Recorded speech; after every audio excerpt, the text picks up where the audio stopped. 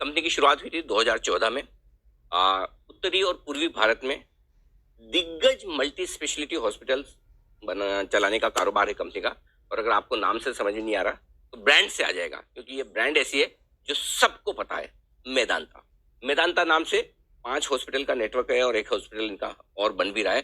30 से ज्यादा medical speciality health care services देने का कारोबार करती है कंपनी। 1300 से ज्यादा डॉक्टर्स है, लगभग 2500 बेड्स की कैपेसिटी है। ये 5 हॉस्पिटल जो तैयार है। अब मैं आपको पहले आईपीओ की जानकारी दूंगा, फिर टॉप मैनेजमेंट से मिलूंगा। बहुत खास मेहमान हमारे साथ कार्यक्रम में हो रहे हैं शामिल। तो पहले 3 तारीख को यानी कि कल आईपीओ खुलेगा, 7 तारीख को यानी कि मंडे को बंद होगा। प्राइस बैंड 319 से 336 रुपए है। 44 शेयरों के लॉट में, 44 शेयरों के लॉट में आप अप्लाई कर सकते हैं। 14,784, 14,784 अगर सिंगल लॉट आप अप्लाई करते हैं तो ये आपको पैसा देना है। 1705 करोड़ का ऑफर फॉर सेल है, जो एग्जिस्टिंग इन्वेस्टर्स यहाँ पर अपनी शेयर बेचे। फ्रेश इशू 500 करोड़ का है, ये पैसा कंपनी को जाएगा। और लगभग 9,000 करोड़ का मार्केट कैप इस कंपनी का बनता है इस प्राइस बैंड पर। आइए मुलाकात करवाता हूँ एक ऐसे खास मेहमान से जिनके परिचय की किसी को भी जरूरत नहीं है। डॉक्टर नरेश त्रेहन सर हैं, जो इस कंपनी के प्रमोटर हैं। यूनिवर्सिटी ऑफ लखनऊ के फैकल्टी ऑफ मेडिसिन से आपने मेडिसिन और सर्जरी में बैचलर्स की डिग्री ली है। उसके बाद आपने 2000 में, साल 2000 में रॉयल ऑस्ट्रेलियन कॉलेज से सर्जन की फेलोशिप ली है। सबसे बड़ी बात, जो देश के सबसे बड़े सम्मान हैं, कंपनी स्नैक्स और मिठाई बनाने वाली मशहूर कंपनी बीकाजी का आईपीओ 3 नवंबर को खुल रहा है। आप 7 नवंबर तक पैसा लगा सकते हैं इस इशू में। प्राइस बैंड जो तय की गया है 285 से 300 रुपए के बीच है। यहाँ पर डिटेल्स के लिए मेरे साथ कंपनी के एमडी दीपक अग्रवाल जुड़ रहे हैं। अग्रवाल साहब, स्वागत है आपका। एक बहुत ही चर्चित ब्रांड और इसकी लिस्टिंग होती हुई, मेरे ख्याल में ये वन ऑफ अ काइंड होगा। इस तरह की कंपनी शायद बाजार में लिस्टेड है ही नहीं। तो you are the pioneers in the business I guess, जो इस ब्रांड को भारत और भारत के निवेशकों से सीधा जोड़ेंगे। शुक्रिया। एंड इसमें कोई डाउट नहीं है कि मैम ये एथनिक स्नैक्स की और भुजिया और नमकीन की पहली इंडस्ट्री है और हलवाइयों की पहली इंडस्ट्री है जो मिठाई बनाती है। और जिन्होंने कभी सोचा नहीं था कि हम लोग सेंसेक्स पे जाएंगे और हम लोग सेंसेक्स पे जा रहे हैं। और ये इस तरह की कंपनी का पहला आईपीओ है। बताइए अग्रवाल साहब, इस आईपीओ के पीछे बड़ी वजह क्या है? क्योंकि लार्जली आप अपने प्रीवियस इन्वेस्टर्स को एग्जिट ही दिला रहे हैं। ये ओएफएस ही होगा, कोई फंड आप रेज नहीं करेंगे जो शायद कंपनी में आगे लगेगा? मैं फिलहाल तो ये प्योर ओएफएस सेल के लिए ही है। एंड कंपनी के पास में इंटरनल एक्रूवल्स के अपने हिसाब से कंपनी अगले 2 से 3 साल तक इन्वेस्ट करेगी, कैपेक्स करेगी। जब भी जरूरत पड़ेगी तो हम लोग उसको जरूर रेज करेंगे। पर अभी देखते हुए कंपनी को इंटरनल एक्रूवल से ही वो मैनेज कर रही है। लास्ट 1 साल में बहुत एक्सपेंशन किया और अगले 1 साल का भी जो एक्सपेंशन है वो इंटरनल एक्रूवल से ही करने का विचार है। मैं इनफैक्ट आपके एक्सपेंशन प्लान्स पर आगे सवाल पूछना चाहूंगी, लेकिन मुझे बताइए इसमें मैं आपके डीआरएच भी पढ़ रही थी, तो इंडिया इन्फोलाइन का और स्पेशल अपॉर्चुनिटीज फंड वो कुछ हिस्सा बेचता हुआ दिखाई देगा।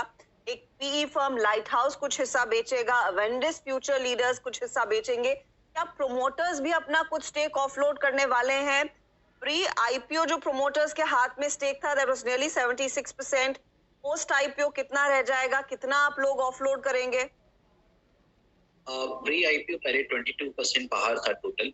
एंड अब जो है ये टोटल 23.5% बाहर हो जाएगा। 1.5% अभी प्रमोटर्स अपना माल दे रहे हैं और करीबन 10%, 10.2 समथिंग वो टोटल सेकेंडरी हो रहा है, जो लाइट हाउस और आईएफएल सब मिलाकर बाहर आ रहा है। So this is total 11.8 which is coming out. अच्छा हर्ष साहब, यकीन मानिए दीपक जी से बात करना इस वक्त अगर आप देखें बहुत अच्छा भी लग रहा है, पर हम सारे के सारे ओवरडोज्ड हैं इस वक्त। दीपावली की मिठाइयाँ इतनी खाई और फ्रिजों में इतनी भरी हैं कि पूछिए मत। दीपक जी यकीन मानिए बहुत अच्छी दीपावली है इस बार गई। अच्छा, इस बार दीपावली कैसी गई सर? और थोड़ा सा इसी दीपावली पर अपने कमेंट्स को देखते हुए, मतलब 2 साल बाद बहुत अच्छी दीपावली निकली, थोड़ा सा आप अपने एक्सपेंशन प्लान के बारे में बताइए। एग्जैक्टली यहाँ से आगे की आपकी जो एक्सपेंशन की ट्रैजेक्टरी है वो कैसी रहेगी, both domestically and overseas as well? जी सर, तो सर दिवाली बहुत अच्छी गई इस साल की। कोविड के बाद में 2 साल बाद में सबको मौका मिला कि हम लोग गिफ्टिंग कर सकें। तो दिवाली पे हमें पूरे जनता से, पूरे अपने कंज्यूमर से, कस्टमर से बहुत अच्छा रिस्पॉन्स मिला, बहुत अच्छी गिफ्टिंग हुई। एंड आगे सर हमने लास्ट 1 साल पहले हमारी जो मैन्युफैक्चरिंग लोकेशन थी वो सर बीकानेर थी, जहाँ पे हमारी 3 यूनिट्स थी। और हमने लास्ट 1 साल में आसाम, बिहार, साउथ इंडिया, बिल्कुल एंड रिसेंटली हम लोगों ने कानपुर, ये 4 जगह हम लोगों ने मैन्युफैक्चरिंग यूनिट्स ओपन किए हैं। आने वाले समय में पटना एक और मैन्युफैक्चरिंग यूनिट ओपन होगा। हम लोग फ्रोजन फूड की कैटेगरी में भी आ रहे हैं। फ्रोजन की फैक्ट्री भी हमारी आने वाले 6 महीने में है। तो फ्रोजन में हम लोग बड़ा कदम रखेंगे। अगले 3 से 4 साल अभी हम लोगों ने कुछ फोकस मार्केट आइडेंटिफाई किए हैं, जैसे उत्तर प्रदेश है, कर्नाटका है, part of Punjab, Haryana and Delhi focus करना चाहेंगे। हमारी जो कोर मार्केट्स है वहाँ पे भी अभी हमें ऐसा लगता है कि हम लोग काफी एक्सपेंशन कर सकते हैं, काफी हम लोग बड़ा काम कर सकते हैं। अभी बहुत सारी ऐसी रेंज है, बहुत सारी ऐसी चीजें हैं जो अभी तक हम लोग वहाँ पे सेल नहीं कर पाए because of logistic cost and supply cost. So after ये जो हमारी यूनिट्स आई हैं उसके आने के बाद में वो सप्लाई कॉस्ट, लॉजिस्टिक कॉस्ट हमें बहुत बचेगी। तो हम लोग उसको अच्छे से पूरे अपने रिटेलर्स और अपने वितरक कंज्यूमर तक हम लोग उसको पहुंचा पाएंगे। और इसी तरह हमारे कुछ प्लान्स एक्सपोर्ट्स में भी है। आज की डेट में हम लोग ऑलमोस्ट 35 कंट्रीज में अवेलेबल हैं और अभी बहुत सारी कंट्रीज बाकी हैं और डीप सेल्स भी अभी हमारी बाकी है। तो हम लोग फिलहाल अभी यूएस, कनाडा, गल्फ कंट्रीज में ज्यादा अवेलेबल है, Australia, New Zealand, but we are now forcing specially in UK market and in Europe market and some eastern countries. धीरे धीरे और वहीं पे भी हम लोग का एक्सपेंशन का प्लान है। फ्रोजन फूड आने के बाद में जो काफी एक्सपोर्ट्स होता है तो उससे भी हमको एक बड़ी राहत मिलेगी और हमको बड़ा जंप मिलेगा। तो ये अभी हमारे फिलहाल एक्सपेंशन प्लान है। थोड़ी सी हिस्ट्री में जाना चाहूंगी, क्योंकि बीका जी आप कह सकते हैं एक ऑफशूट है जो लार्जली हल्दीराम ग्रुप से निकले। शिवरतन अग्रवाल जी को मैं क्या करूं, अपना बिजनेस को बढ़ाना चाहता हूं। तो जब परिवार में तब वो बंटवारा हुआ था तो हर एक भाई को 4-4 एरियाज, एक एरिया मिला था। अब आप लोगों ने जो बीका जी लॉन्च की उसके बाद जो स्केल देखने को मिला है, तो भारत की ज्योग्राफिकल रीच कितनी बढ़ा पाए हैं on your own as Bikaji as a brand. और इस मार्केट में तो कंपटीशन भरपूर है, कुछ जाने माने ब्रांड्स हैं जो आपके परिवार से ही आता है और कई दूसरे प्लेयर्स भी आ गए हैं। तो ये ऑर्गेनाइज्ड वर्सेस अनऑर्गेनाइज्ड मार्केट में कितना मार्केट शेयर आपके हाथ में है और उसको बढ़ाने के लिए फिर कितना पैसा खर्च कर रहे हैं आप लोग?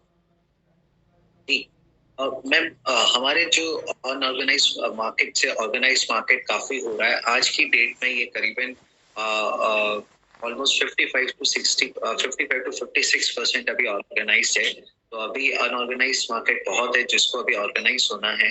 एंड अगले 4 साल में हम लोग हमें ऐसा लग रहा है कि करीबन 60% या 62% तक ये ऑर्गेनाइज हो जाएगा। एंड हमारी अभी फिलहाल 4 मार्केट्स है, राजस्थान है, असम है, नॉर्थ ईस्ट है, बिहार है और part of Punjab, part of Haryana. So these are some of the places where we are very highly pioneer and very highly dominating and competition तो इसमें बहुत है। पर जो कंपटीशन है तो उसमें जैसे बहुत सारे आप देखेंगे कि जो मिठाइयाँ हैं या पापड़ है, today we are the largest manufacturer of Bikaneri bhujia, second largest manufacturer of handmade papad after लिचर।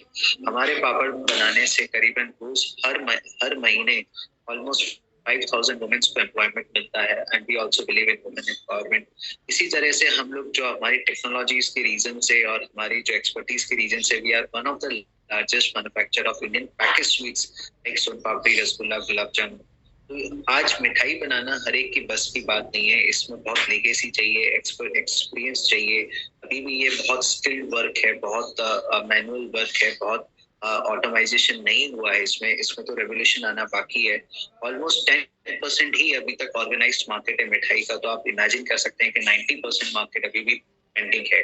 Total ये पापड़, मिठाई और नमकीन का मिला के करीबन 1.5 लाख करोड़ का मार्केट है, जिसमें अभी तक सब अगर हम मिलाएं तो ऑलमोस्ट अराउंड अगर भुजिया नमकीन की बात करें तो खाली 55% ही इसका मार्केट ऑर्गेनाइज हुआ है और मिठाई में तो सिर्फ 10% ही ऑर्गेनाइज हुआ है। तो अभी तो बहुत जर्नी बाकी है एंड कंपटीशन बहुत हैवी है फोकस मार्केट में, पर उससे उतना फर्क नहीं पड़ रहा क्योंकि हम लोग एज ए चैलेंजर ब्रांड हम लोग वहाँ पे जा रहे हैं एज ए लीडर ब्रांड। एक फाइनल पॉइंट, अभी हल्दीराम के साथ कोई नो कम्पीट वाली ज्योग्राफीज नहीं है ना?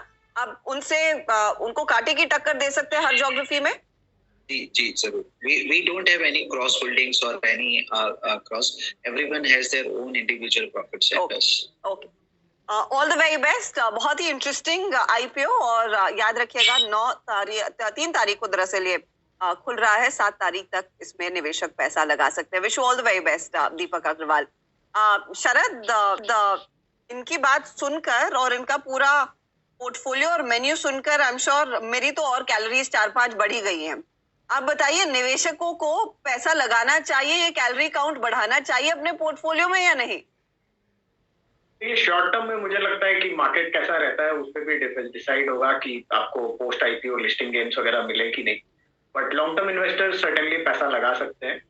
कंपनी में जो इंटरेस्टिंग पॉइंट्स मुझे लगे कि एवरेज में अगर आप इनके प्रोडक्ट्स को देखें तो लगभग 70% भुजिया और नमकीन से आता है, और वहां पे अभी भी एवरेज में जो कैपेसिटी यूटिलाइजेशन है वो 50% ही है।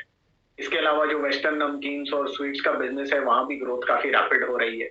सेक्टर में ग्रोथ काफी रैपिड रहनी चाहिए, 7-8% की सीएजीआर रहनी चाहिए। इनका जो सेगमेंट है वहां पे करीब 15% की सीएजीआर रहनी चाहिए, जो इंडस्ट्री से लगभग डबल है अगले 4-5 सालों में। तो अगर मैं कैपेसिटी यूटिलाइजेशन रैंप अप पकड़ूं, और रीजनल प्रेजेंस में भी एक बहुत इंटरेस्टिंग पॉइंट है कि इनका वेस्ट में इनकी प्रेजेंस बहुत कम है, जबकि अगर आप इस टाइप के फूड की कंजम्पशन देखें तो काफी बड़ा हिस्सा वेस्ट से आता है, जहाँ इनकी प्रेजेंस अभी लगभग निल है। तो वो एक स्पेस है जहाँ ये जैसे जैसे एक्सपैंड करते हैं अपने डिस्ट्रीब्यूशन रीच को, वहां से भी फायदा मिलना चाहिए। तो यूटिलाइजेशन रैंप अप में मुझे नहीं लगता कि बहुत ज्यादा कोई दिक्कत आनी चाहिए। अगर बहुत ऑप्टिमिस्टिक भी आप पकड़ो तो मेरे हिसाब से FY25 तक हो सकता है अर्निंग्स बढ़ के 3 रुपए से 7 रुपए के आसपास हो जाए। तो आईपीओ में आपको 40 के मल्टीपल पे लगभग स्टॉक मिल रहा है। लॉन्ग टर्म में अगर ऐसी ग्रोथ रेट आती है कि 3 साल में अपनी अर्निंग्स को डबल कर सकते हैं, तो मुझे लगता है 50 तक के मल्टीपल भी ऐसे बिजनेसेस को मिल सकते हैं, क्योंकि ब्रांड काफी स्ट्रांग है। तो लॉन्ग टर्म इन्वेस्टर्स अप्लाई करें। लिस्टिंग गेन्स डिपेंड करेगा मार्केट सेंटिमेंट पे।